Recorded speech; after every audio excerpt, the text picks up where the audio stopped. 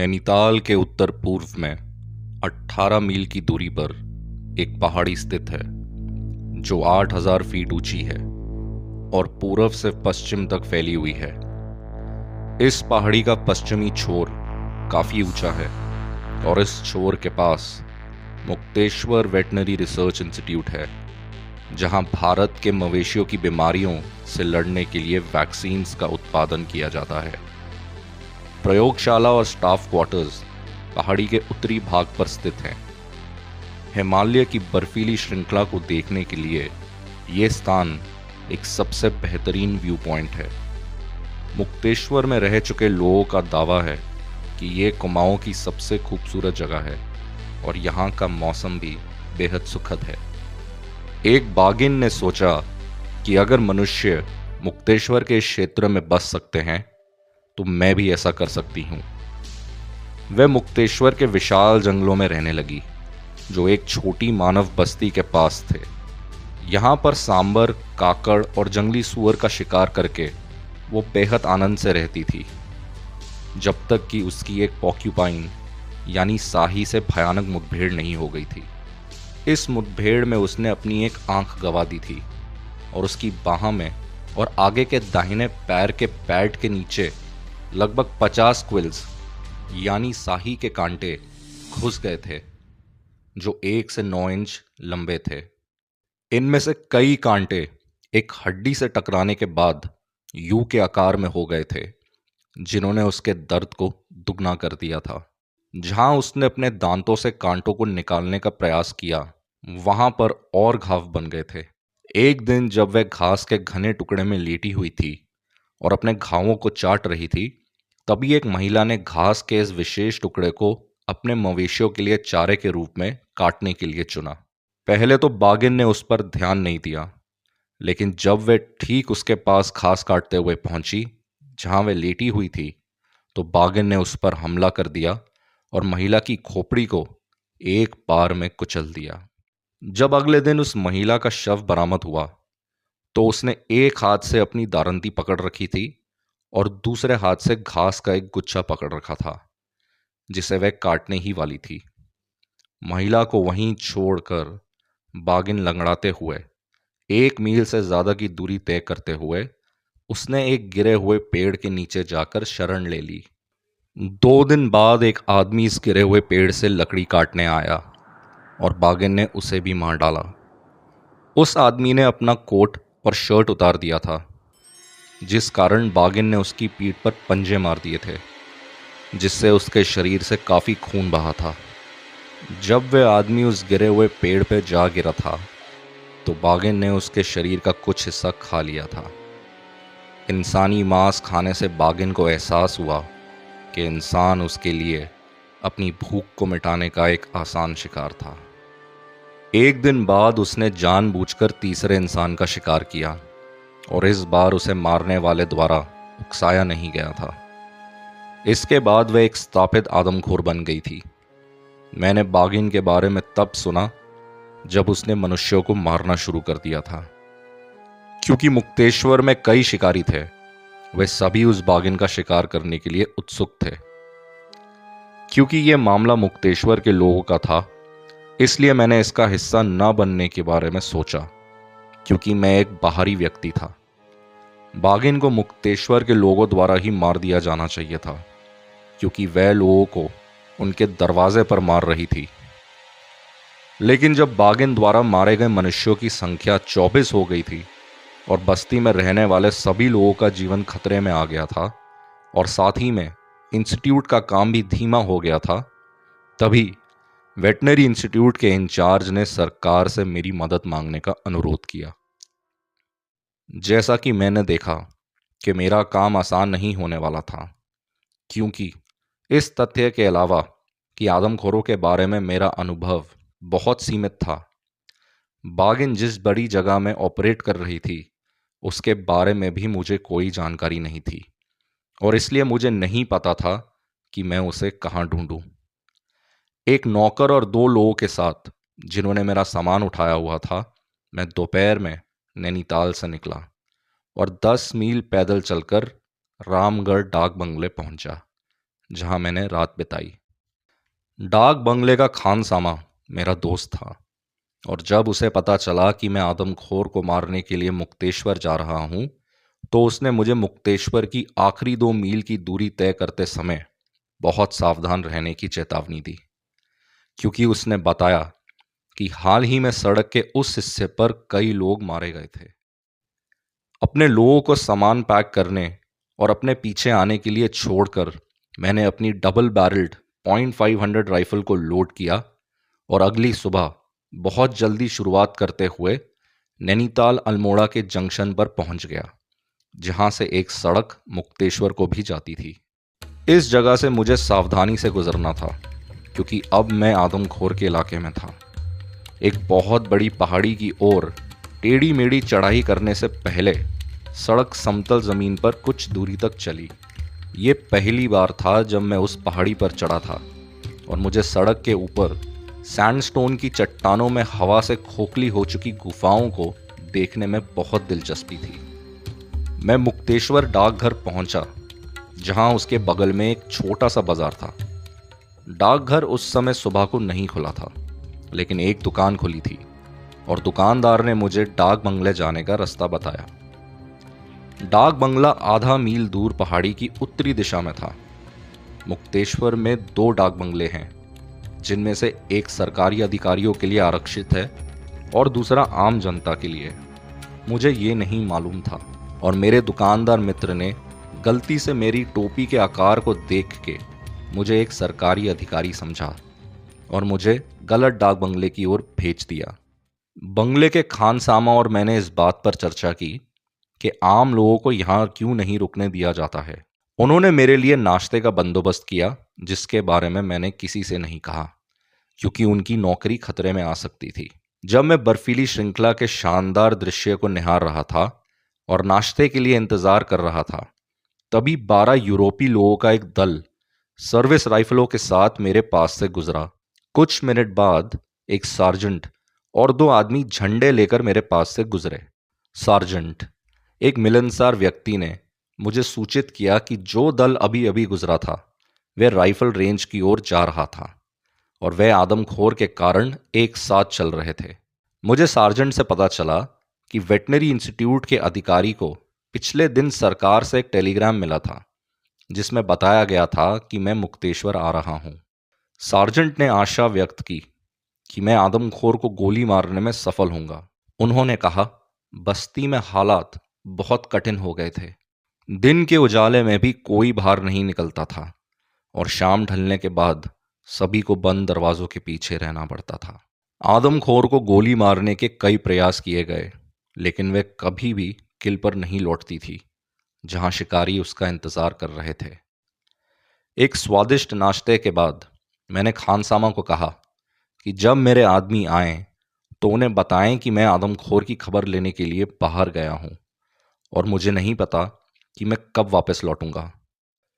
फिर अपनी राइफल उठाकर मैं अपनी माँ को एक टेलीग्राम भेजने के लिए डाकघर गया, ताकि उन्हें बता सकूं कि मैं मुक्तेश्वर सही सलामत पहुंच गया था।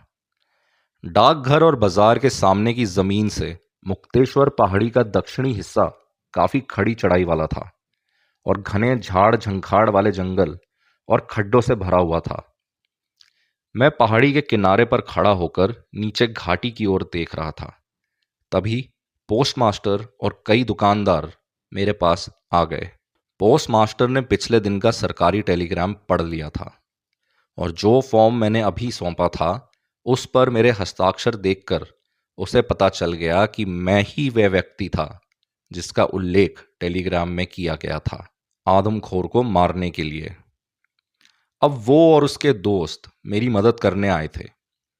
मैं इस प्रस्ताव से बहुत खुश था, क्योंकि नरभक्षी के बारे में मुझे जानकारी देने के लिए वे सबसे अच्छे लोग थे। क्योंकि आदमखोर निश्चित रूप से इस क्षेत्र में बातचीत का मुख्य विषय था, और बाजार और पोस्ट ऑफिस के आसपास जब 2 या 2 से अधिक लोग एक साथ इकट्ठे होते थे तो वे उसके बारे में बात जरूर करते थे, और मेरे लिए ये काफ़ी फायदेमंद था, क्योंकि मैं उनसे जानकारी हासिल कर सकता था। हमारे बाईं ओर पहाड़ी की एक तह में, जो लगभग 2 मील दूर थी, वहां मुझे खेती की एक जमीन दिखाई दी। मुझे बताया गया कि ये बद्री साहा का सेब का बगीचा था। बद्री मेरे एक पुराने दोस्त का बेटा था। कुछ महीने पहले बद्री मुझसे नैनीताल मिलने आया था और उसने मुझे अपने गेस्ट हाउस में रुकने को कहा था और आदमखोर को मार गिराने के लिए वह मेरी मदद करना चाहता था। यह प्रस्ताव पहले मैंने स्वीकार नहीं किया था क्योंकि मैं एक बाहरी व्यक्ति था। अब क्योंकि मैं सरकार के अनुरोध पर मुक्तेश्वर आया था, इसलिए मैंने फैसला किया कि मैं बद्री को बुलाऊंगा और मेरी मदद करने के उसके प्रस्ताव को स्वीकार करूंगा। खासकर अभी अभी जब मुझे मेरे साथियों ने सूचित किया कि आखिरी मानव हत्या बद्री के बगीचे के नीचे की घाटी में हुई थी। मेरे आसपास मौजूद सभी लोगों को धन्यवाद देते हुए और उन्हें बताते हुए कि मैं आगे की जानकारी लेने के लिए उन पर निर्भर रहूंगा, मैं धारी रोड की ओर चल पड़ा। दिन अभी ढला नहीं था और बद्री को बुलाने से पहले मेरे पास पूर्व में पहाड़ी के किनारे कुछ गांवों का दौरा करने के लिए समय था। मैंने लगभग 6 मील की दूरी तय की और 2 गांवों का दौरा किया और फिर मैं वापस लौट आया। वापस लौटते समय मैंने लगभग 3 मील तक अपने कदमों की जांच की क्योंकि मैं देखना चाहता था कि क्या बागिन उन कदमों के निशानों पर चली थी या नहीं। उसी समय मैंने एक छोटी लड़की को अपने बैल के साथ परेशानी महसूस करते हुए देखा। लड़की जो लगभग 8 साल की थी चाहती थी कि बैल मुक्तेश्वर की ओर जाए, जबकि बैल विपरीत दिशा में जाना चाहता था। जब मैं उनके पास पहुंचा तो ऐसी स्थिति आ गई थी जब कोई भी एक दूसरे की बात नहीं सुन रहा था। बैल एक बूढ़ा जानवर था और लड़की उसके गले में बंधी रस्सी को पकड़कर आगे आगे चल रही थी और मैं उसे आगे बढ़ाने के लिए पीछे चल रहा था, जिससे उसे कोई और परेशानी नहीं हुई। कुछ दूर आगे बढ़ने के बाद मैंने कहा, हम कलवा को चोरी तो नहीं कर रहे हैं ना? मैंने उसे काले बैल को इसी नाम से संबोधित करते हुए सुना। नहीं, उसने अपनी बड़ी बड़ी भूरी आंखें मेरी ओर घुमाते हुए गुस्से में उत्तर दिया। ये किसका है और हम उसे कहाँ ले जा रहे हैं? मैंने अगला सवाल पूछा। वह मेरे पिता का है और हम उसे मेरे चाचा के पास ले जा रहे हैं, उसने कहा। फिर मैंने पूछा, और चाचा को कलवा क्यों चाहिए? उसने उत्तर दिया, उनका खेत जोतने के लिए। लेकिन कलवा चाचा का खेत अकेले नहीं जोत सकता है ना? मैंने कहा। मैं उससे बेवकूफ़ी भरे सवाल पूछ रहा था। मैंने सोचा कि वह सोच रही होगी कि साहब को बैलों और जुताई के बारे में कुछ भी कैसे पता हो सकता है। बेशक मैं इन सभी चीज़ों के बारे में जानता था। क्या चाचा के पास केवल एक ही बैल है? मैंने अगला सवाल पूछा। हाँ, उनके पास अब एक बैल है, लेकिन पहले उनके पास 2 थे, उसने उत्तर दिया। मैंने पूछा, दूसरा कहाँ है? मैंने ये सोचकर पूछा कि शायद कर्ज चुकाने के लिए उसे बेच न दिया गया हो। कल बाघ ने उसे मार डाला, मुझे बताया गया। जिस खबर को मैं पाना चाहता था, आखिर वो मुझे लड़की द्वारा प्राप्त हुई। हम चुपचाप चलते रहे और फिर लड़की ने साहस जुटाते हुए मेरी ओर देखा और कहा, क्या आप बाघ को गोली मारने आए हैं? हाँ, मैं बाघ को गोली मारने आया हूं, मैंने कहा। तो फिर आप बाघ द्वारा किए गए शिकार से दूर क्यों जा रहे हो? लड़की ने कहा। हम कलवा को तुम्हारे चाचा तक सही सलामत पहुंचाने जा रहे हैं। मैं जानता था कि लड़की का चाचा मुझे बाकी की जानकारी दे सकता था उस आदमखोर के बारे में, इसलिए मैं उससे मिलना चाहता था। क्या तुम नहीं जानती हो कि बाघ एक आदमखोर है? मैंने लड़की से पूछा। हाँ, वो एक आदमखोर है, मैं ये बात जानती हूँ। उसने कुंती के पिता और बौंशी सिंह की माँ को कई अन्य लोगों के साथ मार दिया है। अगर तुम्हें ये सब पता है तो फिर तुम्हारे पिता ने तुम्हें कलवा के साथ अकेले क्यों भेजा? वे खुद क्यों नहीं आए? मैंने पूछा। क्योंकि उन्हें मलेरिया है, उसने कहा। फिर मैंने उससे पूछा, क्या तुम्हारा कोई भाई नहीं है? उसने बताया कि उसका एक भाई था, लेकिन वह बहुत साल पहले मर गया था। फिर मैंने उससे उसकी माँ के बारे में पूछा, तो उसने बताया कि वो घर पे खाना बना रही है। तो इस छोटी सी लड़की को अपने पिता के बैल को अपने चाचा के पास ले जाने का खतरनाक काम सौंपा गया था, वो भी उस सड़क पर जिस पर लोग अकेले चलने से डरते थे। और सिर्फ एक बड़े झुंड में चलते थे। और अब तक इन 4 घंटों में मैंने किसी और इंसान को सड़क पर चलते हुए नहीं देखा था। जैसे ही हम घर के पास पहुंचे तो लड़की ने आवाज लगाई और अपने चाचा को बताया कि वह कलवा को लेकर आ पहुंची है। ठीक है, घर से एक आदमी की आवाज आई, इसे खंबे से बांध दो पुतली और घर जाओ, मैं खाना खा रहा हूं। उस लड़की का नाम पुतली था। हमने कलवा को खंबे से बांध दिया और वापस सड़क पर आ गए। अब कलवा हमारे साथ नहीं था, इसलिए पुतली अब शर्मा रही थी, और क्योंकि वह मेरे साथ नहीं चल रही थी इसलिए मैं उसकी गति के अनुरूप अपनी गति बनाते हुए आगे बढ़ा। हम कुछ देर तक चुपचाप चलते रहे और फिर मैंने उससे कहा कि मैं उस बाघ को मारना चाहता हूं जिसने तुम्हारे चाचा के बैल को मार डाला था। क्या तुम मुझे वो मरा हुआ बैल दिखा सकती हो? हाँ, उसने उत्सुकता से कहा, मैं तुम्हें दिखा सकती हूं। क्या तुमने बैल को देखा है? मैंने पूछा। नहीं, मैंने इसे नहीं देखा है, उसने कहा, लेकिन मैंने चाचा को मेरे पिता को यह बताते हुए सुना है कि वह कहाँ है। क्या यह सड़क के करीब है? मैंने पूछा। मुझे नहीं पता, उसने कहा। क्या बैल अकेला था जब वह मारा गया था? मैंने पूछा। नहीं, वो गांव के अन्य मवेशियों के साथ था। क्या यह सुबह या शाम में मारा गया था? मैंने फिर पूछा। इसे सुबह तब मारा गया था जब यह अन्य मवेशियों के साथ चरने जा रहा था, पुतली ने जवाब दिया। लड़की से बात करते समय मैं चारों तरफ नजर रख रहा था, क्योंकि सड़क के एक तरफ घना जंगल था और दूसरी ओर घनी झाड़ियां थी। हम लगभग 1 मील आगे बढ़े थे जब हम एक ऐसे ट्रैक पर पहुंचे जिसका उपयोग मवेशी अच्छी तरह से करते थे। यहां लड़की रुकी और बोली कि इसी ट्रैक के बारे में उसके चाचा ने उसके पिता को बताया था, जहां बैल को मार दिया गया था। मुझे अब वह सारी जानकारी मिल गई थी जिसकी मुझे जरूरत थी, ताकि मैं मारे गए बैल का पता लगा सकूं। और लड़की को उसके घर तक सुरक्षित जाते देखने के बाद मैं उसी ट्रैक पर लौट आया। यह रास्ता एक घाटी से होकर गुजरता था और मैं इसके साथ लगभग 1/4 मील तक चला था। तभी मेरी नजर एक ऐसी जगह पर पड़ी जहां मवेशियों की भगदड़ मची हुई थी। मैंने उस ट्रैक को छोड़ दिया और घने जंगल में घुस गया। मैं कुछ ही दूर चला था कि मुझे बैल के घसीटे जाने के निशान मिल गए। घसीटे जाने के निशान सीधे घाटी की ओर जा रहे थे और कुछ 100 गज तक इनका पीछा करने के बाद मुझे वो बैल मिला, जिसके पिछले हिस्से का केवल एक छोटा सा हिस्सा ही खाया गया था और वह एक नाले के किनारे पड़ा हुआ था। नाले और बैल के बीच एक छोटा सा पेड़ था जिस पर जंगली गुलाब के फूल लगे थे। शिकार स्थल से उचित दूरी के भीतर ये एकमात्र पेड़ था जिस पर मैं बैठकर उस आदमखोर बागिन पर निशाना लगा सकता था। अब दोपहर के 2 बज रहे थे और मेरे पास बद्री को मिलने और उसके साथ एक कप चाय पीने का समय था, जिसकी मुझे ज़रूरत थी, क्योंकि उस सुबह 4 बजे रामगढ़ छोड़ने के बाद से मैं काफ़ी पैदल चल चुका था। बद्री के बगीचे को जाने वाली सड़क 1 मील दूर उस मवेशियों के ट्रैक से होके गुजरती थी।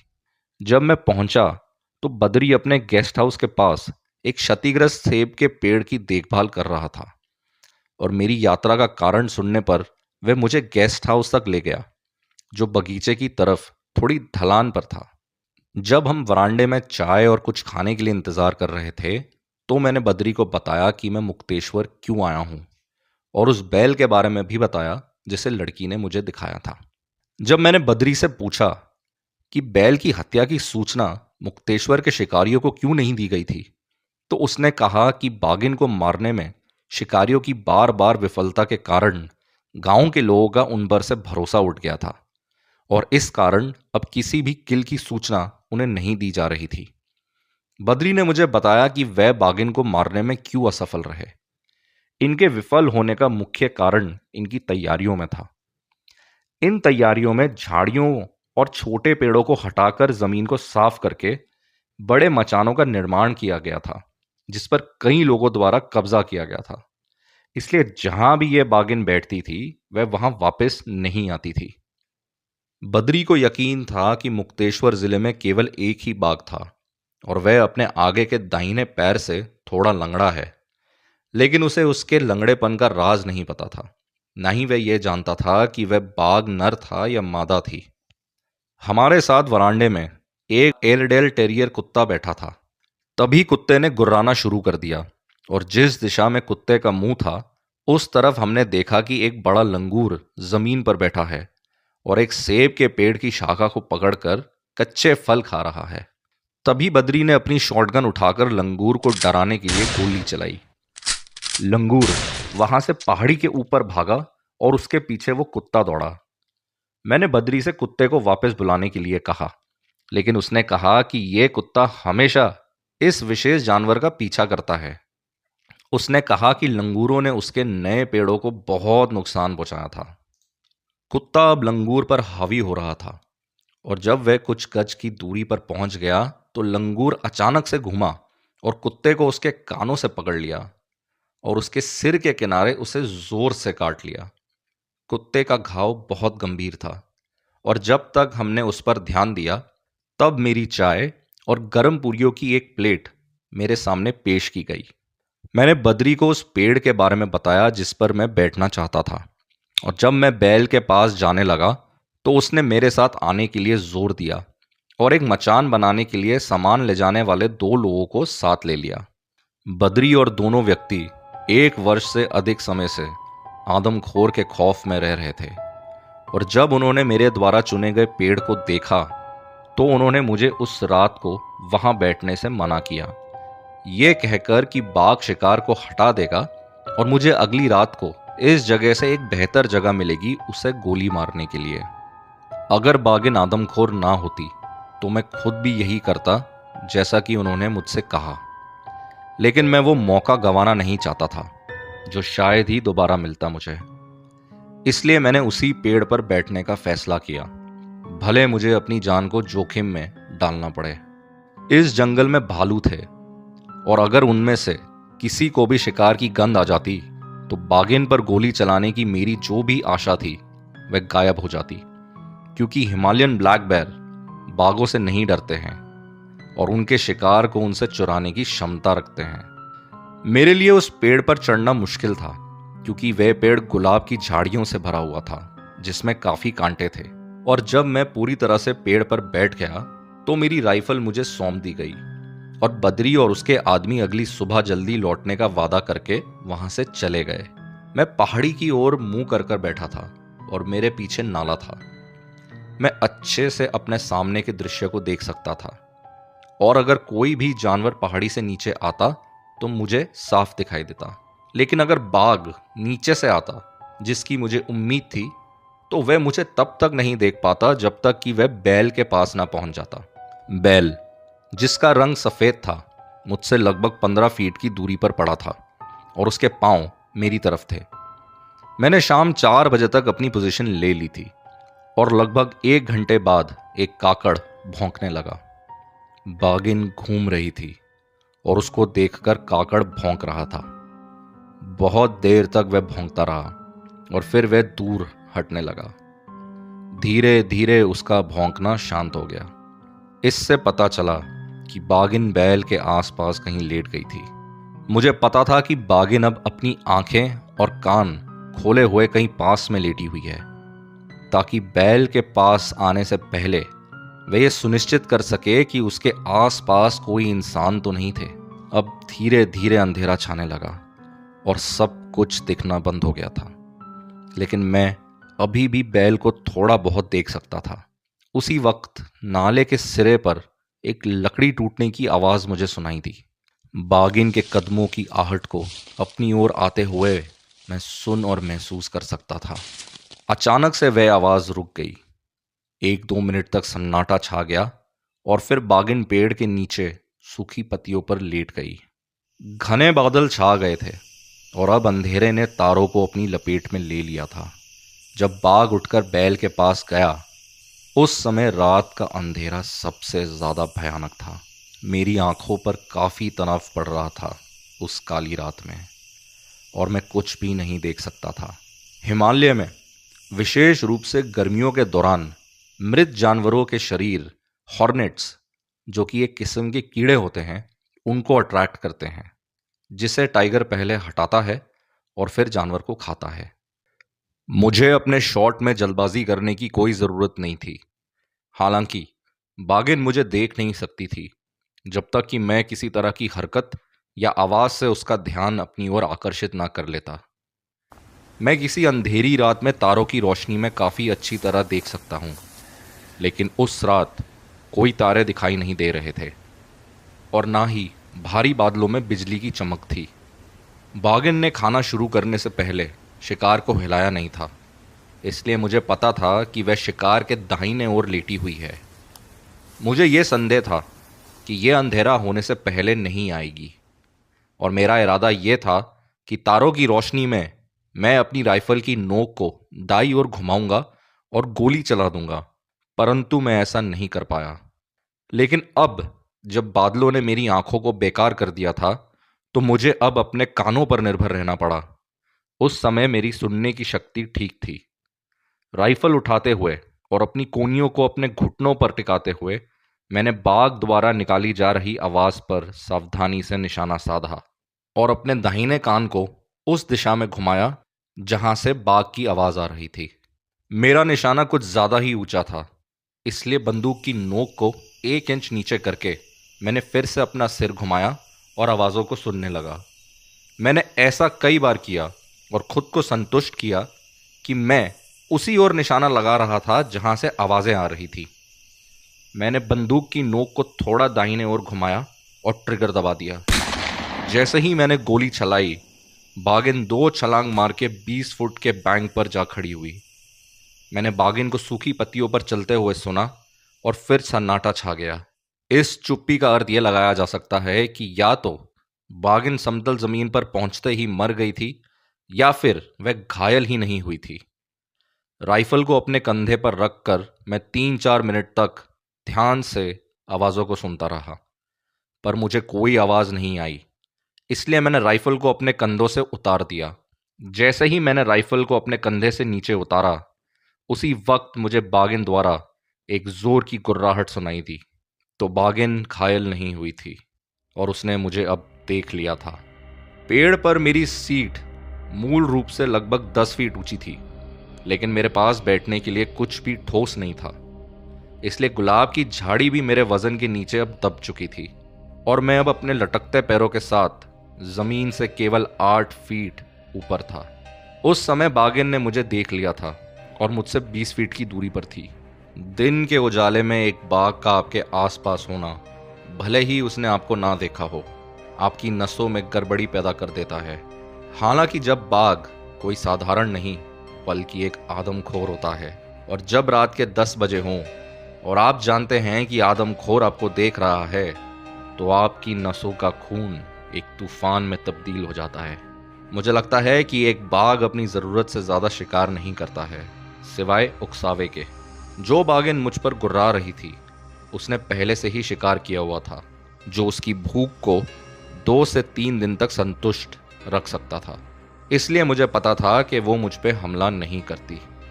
फिर भी मुझे एक बेचैनी महसूस हो रही थी कि इस अवसर पर यह विशेष बाघिन शायद मेरी बात को गलत साबित कर दे। कई बार गोली लगने के बाद बाघ शिकार पर लौट आते हैं, लेकिन मुझे पता था कि यह ऐसा नहीं करेगी।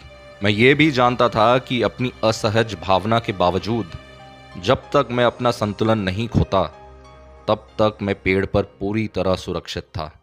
मैंने अपना सिगरेट केस निकाला और जैसे ही माचिस जलाई, मैंने टाइग्रेस को किनारे से दूर जाते हुए सुना। अचानक से वह वापस आई और फिर से गुर्राने लगी। मैं 3 सिगरेट पी चुका था और जब बारिश होने लगी तो टाइग्रेस अभी भी मेरे पास थी। पहले कुछ बड़ी बूंदें गिरी और फिर भारी बारिश हुई।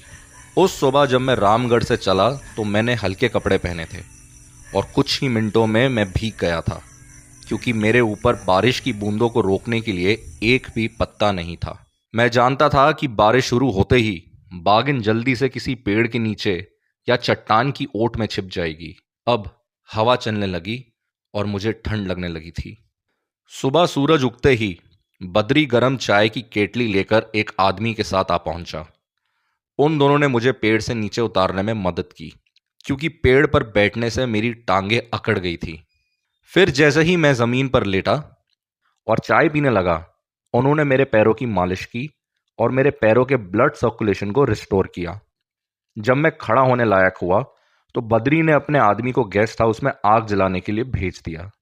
मैंने पहले कभी गोली चलाने के लिए अपने कानों का उपयोग नहीं किया था और मैं बागिन के सिर से केवल कुछ इंच से चूक गया था। चाय और सड़क तक आधे मील की पैदल दूरी ने मेरी सारी बेचैनी दूर कर दी थी। और जब हम बद्री के बगीचे की ओर 1 मील लंबे रास्ते पर चलने लगे तो गीले कपड़े और खाली पेट ही मेरी एकमात्र परेशानी थी। जिस ट्रैक पर हम चल रहे थे वह लाल मिट्टी से ढका हुआ था, जिसे बारिश ने बहुत फिसलन भरा बना दिया था। इस मिट्टी में 3 पैरों के निशान थे।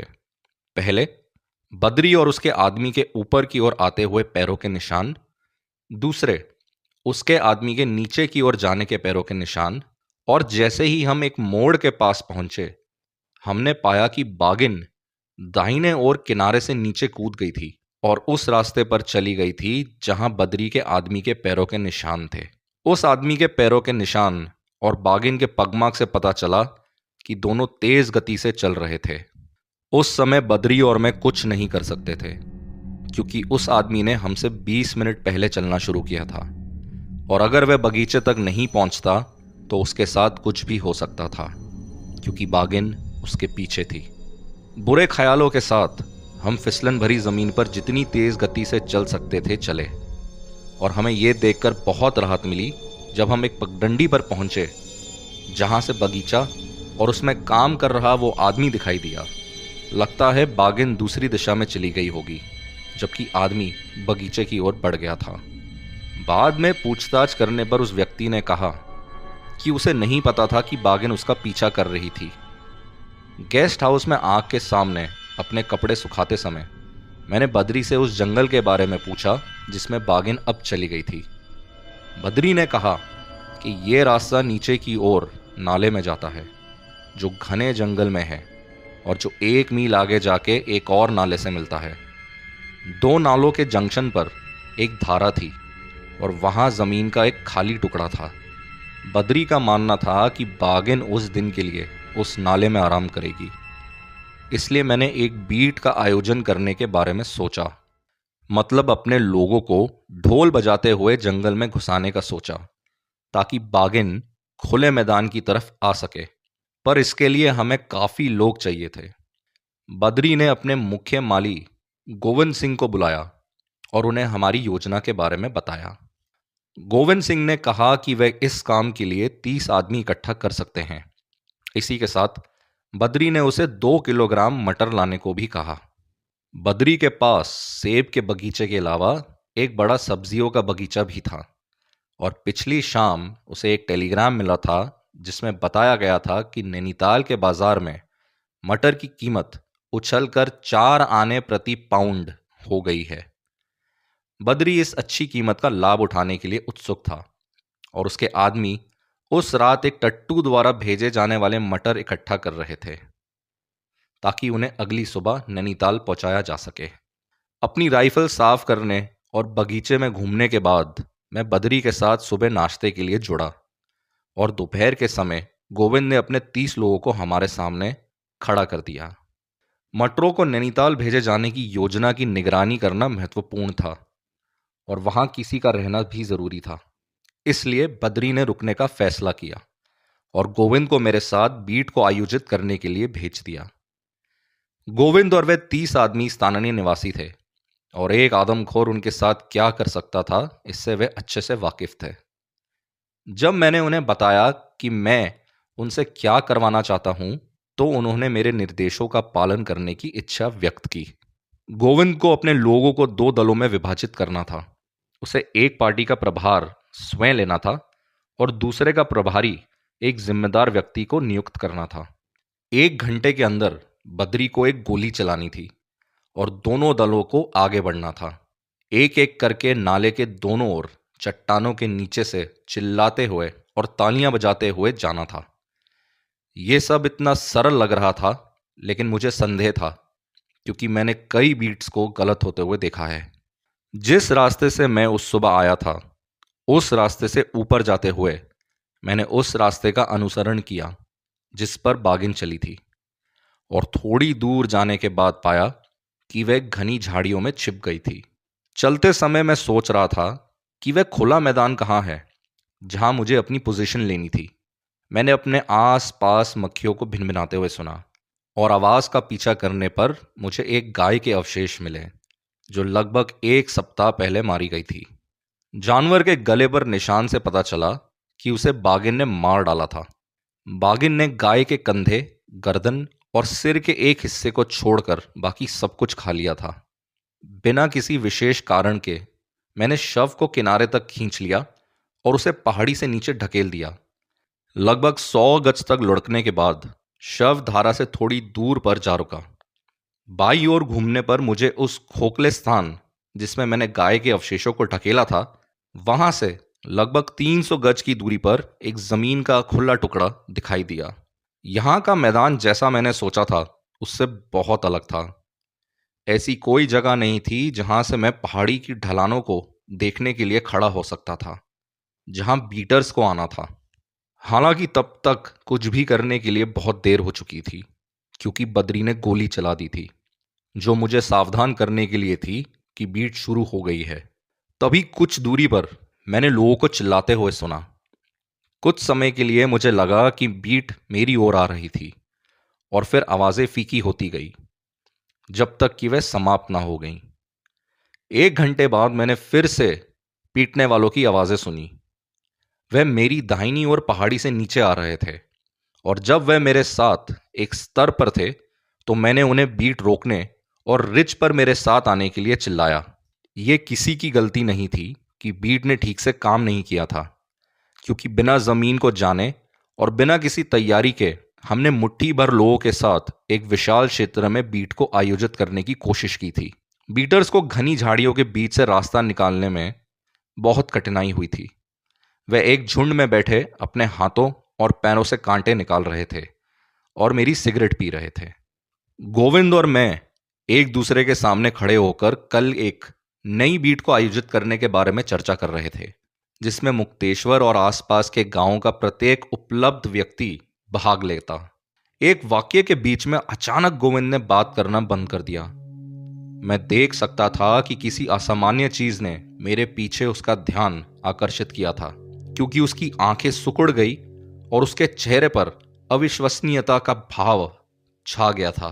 घूमते हुए मैंने उस दिशा में देखा जिस दिशा में वह देख रहा था, और वहां चुपचाप एक खेत के किनारे बागिन को चलते हुए देखा। वह नदी के दूसरी ओर पहाड़ी पर लगभग 400 गज की दूरी पर थी और हमारी ओर आ रही थी। जब जंगल में कोई बाघ आपके पास आ रहा हो, भले ही आप मानव बस्तियों से दूर हों, तो आपके दिमाग में ऐसी कई चीजों के बारे में विचार आते हैं जो आपके शॉट या फोटो लेने की संभावना को खराब कर सकते हैं। बागिन हमारी ओर आ रही थी, इसलिए मैं उसे देखने के अलावा कुछ नहीं कर सकता था, और मैंने आज तक किसी भी बागिन को इतनी धीमी गति से चलते हुए नहीं देखा था। वह मुक्तेश्वर के लोगों के बीच लंगड़ी बागिन के नाम से जानी जाती थी, लेकिन मैं उसके लंगड़े होने का कोई संकेत नहीं देख सकता था। जब मैं उसे देख रहा था तो मेरे दिमाग में जो योजना बन रही थी वह ये थी कि उसके घने जंगल में प्रवेश करने तक मुझे इंतजार करना होगा, और फिर आगे दौड़ के उसके धारा पार करने से पहले या बाद में मुझे उस पर गोली चलानी होगी। यदि मेरे और बागिन जिस ओर वो जा रही थी उसके बीच पर्याप्त कवर होता तो मैं उसे देखते ही आगे बढ़ जाता और खुले मैदान में उस पर गोली चलाने की कोशिश करता। लेकिन दुर्भाग्य से मेरी गतिविधियों को छुपाने के लिए पर्याप्त आवरण नहीं था, इसलिए मुझे तब तक इंतजार करना पड़ा जब तक बागिन खुले मैदान और जलधारा के बीच की झाड़ियों में प्रवेश नहीं कर गई थी, अपने लोगों से यह कहते हुए कि मेरे लौटने तक ना तो वो हिले और ना ही आवाज करें। मैं भागने लगा क्योंकि बागिन मेरी नजरों से ओझल हो गई थी। मैं एक बड़ी जंगली गुलाब की झाड़ी के पास आ पहुंचा, जो पहाड़ी के ऊपर और नीचे कई गज तक फैली हुई थी। झाड़ियों के बीच एक सुरंग थी, और जैसे ही मैं नीचे झुका उसमें से दौड़ने के लिए, तो मेरी टोपी नीचे गिर गई, और सुरंग के अंत में जैसे ही मैंने अपना सिर उठाया तो मेरे सिर में कई कांटे चुभ गए थे। इन जंगली गुलाबों के कांटे घुमावदार और बहुत मजबूत होते हैं। इसलिए घर पहुंचने पर मेरी बहन मैगी को उन्हें निकालने में कठिनाई हुई। मेरे चेहरे से खून की छोटी छोटी बूंदें गिर रही थी और मैं तब तक दौड़ता रहा जब तक कि मैं उस जगह पर नहीं पहुंच गया जहां मैंने पहाड़ी के ऊपर से खाए हुए शिकार को नीचे ढकेला था। यह शिकार एक गड्ढे में पड़ा था जो लगभग 40 गज लंबा और 30 गज चौड़ा था। जैसे ही मैं गड्ढे के किनारे पर पहुंचा और झांक कर देखा तो मुझे एक हड्डी की चटकने की आवाज सुनाई दी। बागिन मुझसे पहले वहां पहुंच गई थी और पुराने शिकार को पाकर उस भोजन की भरपाई करने की कोशिश कर रही थी जिसे वह पिछली रात को खाना चाहती थी। यदि उस शिकार को छोड़ने के बाद, जिस पर बहुत कम मांस था, बागिन खुले मैदान में आती तो मैं उस पर गोली चलाता। लेकिन यदि वह पहाड़ी पर या दूर किनारे पर जाती तो मैं उसे नहीं देख पाता। घनी झाड़ियों के बीच से मैं बागिन की आवाज सुन सकता था। तभी मैंने अपने पीछे एक आवाज सुनी। इधर उधर देखने पर मैंने पाया कि गोविंद मेरी टोपी हाथ में लिए मेरे पीछे खड़ा था। उस समय भारत में कोई भी यूरोपी टोपी के बिना बाहर नहीं घूमता था और गोविंद ने गुलाब की झाड़ी के पास मेरी टोपी को गिरा हुआ पाया और वह उसे वापस ले आया। हमारे पास की पहाड़ी पर एक गड्ढा था। मैंने अपने होठों पर उंगली रख कर गोविंद को बाहां से पकड़ा और उसे गड्ढे में बिठा दिया। घुटनों के बल बैठा मेरी टोपी को गले लगाते हुए वह उस गड्ढे में फिट हो गया था और एक दयनीय वस्तु की तरह लग रहा था क्योंकि वह कुछ गज की दूरी पर बागिन को हड्डियां चटकाते हुए सुन सकता था। जैसे ही मैं सीधा हुआ और किनारे पर अपनी पोजीशन रीगेन करी, तभी बागिन ने खाना बंद कर दिया। या तो उसने मुझे देख लिया था, जिसकी अधिक संभावना थी, या फिर उसने अपने शिकार को छोड़ दिया था क्योंकि वह काफी पुराना हो चुका था। बहुत देर तक कोई हलचल या आवाज नहीं हुई और फिर मेरी नजर बागिन पर पड़ी। वह सामने किनारे पर चढ़ गई थी और अब उसके ऊपर की पहाड़ी की ओर जा रही थी। मेरे सामने 6 इंच मोटे चिनार के कई पौधे थे और जब वह उनके बीच से गुजर रही थी तो मैं केवल बागिन की रूपरेखा को ही देख सकता था। इस आशा के साथ कि मेरी गोली पौधों के बीच से होकर निकल जाएगी और बागिन को ढूंढ लेगी, मैंने तेजी से गोली चला दी। मेरे शॉट पर बागिन इधर उधर उछली और मेरी तरफ को आने लगी। उस समय मुझे नहीं पता था कि मेरी गोली उसके सिर के पास एक पौधे में जा लगी थी और वह एक आंख से अंधी भी थी।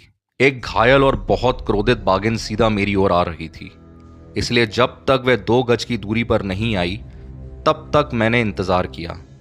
फिर मैं आगे की ओर झुका और राइफल की बची हुई गोली को उसके गर्दन और कंधे के बीच में उतार दिया। .500 राइफल की गोली के प्रभाव ने उसे इतना विचलित कर दिया था कि वह 50 फुट नीचे धारा में जा गिरी। एक कदम आगे बढ़ाते हुए मैंने किनारे पर देखा तो बागिन नीचे पड़ी हुई थी। वह अपने पैरों को हवा में रखते हुए एक तालाब में डूब चुकी थी। उस तालाब के पानी का रंग अब उसके खून से लाल हो गया था। गोविंद अभी भी गड्ढे में बैठा था और मेरे संकेत दिए जाने पर वह मेरे पास आ गया। बागिन को देखते ही वह पीछे मुड़ा और पहाड़ी पर मौजूद लोगों की तरफ चिल्लाया कि बाघ मर गया है, बाघ मर गया है। अब पहाड़ी पर मौजूद 30 आदमी चिल्लाने लगे और बद्री ने उन्हें सुनकर अपने बगीचे से अपनी बंदूक पकड़ ली थी और खुशी के मारे उसने 10 राउंड हवा में फायर किए। इन गोलियों की आवाज मुक्तेश्वर और आसपास के गांव में सुनाई दी गई और चारों ओर से लोग धारा की ओर अब जाने लगे थे। गांव वालों ने बागिन को तालाब से बाहर निकाला और उसे बद्री के बगीचे में ले जाने की तैयारियां की। यहां उसे सबके देखने के लिए भूसे के बिस्तर पर लिटा दिया गया, जबकि मैं एक कप चाय पीने के लिए गेस्ट हाउस में वापस चला गया था। 1 घंटे बाद हाथ की लालटेन की रोशनी में और आसपास खड़े लोगों की एक बड़ी भीड़ के साथ, जिनमें मुक्तेश्वर से कई शिकारी भी थे, मैंने बागिन की खाल को उसके जिस्म से उतारा। तब मुझे पता चला कि वह एक आंख से अंधी थी और लगभग 50 शाही के कांटे, जो लंबाई में 1 से 9 इंच लंबे थे, उसकी बाह में और उसके आगे के दाहिने पैर के पैड के नीचे घुसे हुए थे। रात 10 बजे तक मेरा काम खत्म हो गया था और बद्री के साथ रात बिताने का बहुत ही दयालु निमंत्रण ठुकराते हुए मैं उन लोगों के साथ पहाड़ी पर चढ़ गया जो मुक्तेश्वर से नीचे आए थे, जिनमें खाल ले जाने वाले मेरे 2 आदमी भी थे। डाकघर के सामने खुले मैदान में मैंने पोस्टमास्टर और उसके दोस्तों के देखने के लिए बागिन की खाल को ज़मीन पर बिछा दिया। आधी रात को मैं कुछ घंटों की नींद के लिए जनता के लिए आरक्षित डाक बंगले में जा लेट गया। 4 घंटे बाद मैं उठा और दोपहर तक मैं अपने घर नैनीताल पहुंच गया था। मैं पूरे 72 घंटों से गायब था। एक आदमखोर को गोली मारने से संतुष्टि का एहसास होता है, ऐसा काम करने पर संतुष्टि जिसे करने की सख्त जरूरत थी। और सबसे बड़ी संतुष्टि एक बहादुर छोटी लड़की के चलने के लिए पृथ्वी के एक छोटे से हिस्से को सुरक्षित बनाने में है दोस्तों। तो ये थी मुक्तेश्वर मैन ईटर की कहानी। उम्मीद करता हूं कि आपको ये कहानी पसंद आई होगी। मैं जल्द ही वापस लौटूंगा आप लोगों के लिए एक और नई कहानी लेके। तब तक के लिए दोस्तों अपना ख्याल रखिएगा। चलता हूं दोस्तों, सिर्फ वापस आने के लिए।